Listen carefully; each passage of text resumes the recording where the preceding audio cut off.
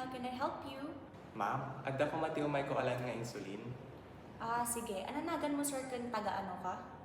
Miguel de Vera, ma'am. Taga Barangay 14 Nakpo. Okay, Sir Miguel. Check ko lang biit, adda ti resetam ditoy nga nagapukin ni doktor mo nga insulin, gluceline, apidrati, branding na. Among ka di agos artikas to'y, sir.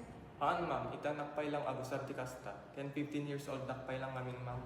Awan ti problema, sir. Umay ka to'y, tasuruan ka. Dati kat fast-acting insulin. Kahit nangasawen, sir, pababain na nga dagos ti blood sugar mo nung malpas ka nga mangan.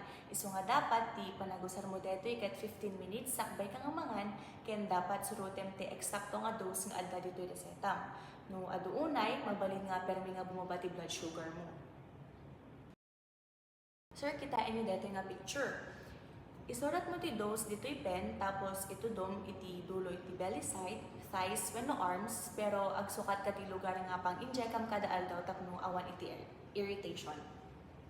I-check mo, sir, no addalat ta karga ti insulin ken haan pa nga expired. Ito'y i-dial mo ti 10 units tapos i-inject mo 15 minutes sakbay ka nga mangan. No malpas ka, sir, ket i-dispose mo ti needle iti safe nga container. Kit no word malipatak, ma'am. No malipatam, sir, mabalin ka nga ag-inject ngem kasapulan nga ingatan tayo ti blood sugar mo. No nababaunay ti blood sugar mo, mariknam ti panag-uyuyek, agtegerger ka, ken aglipat ka no ka, sir. No kasta, mangan ka ti candy, wenno uminom ka iti nasamit.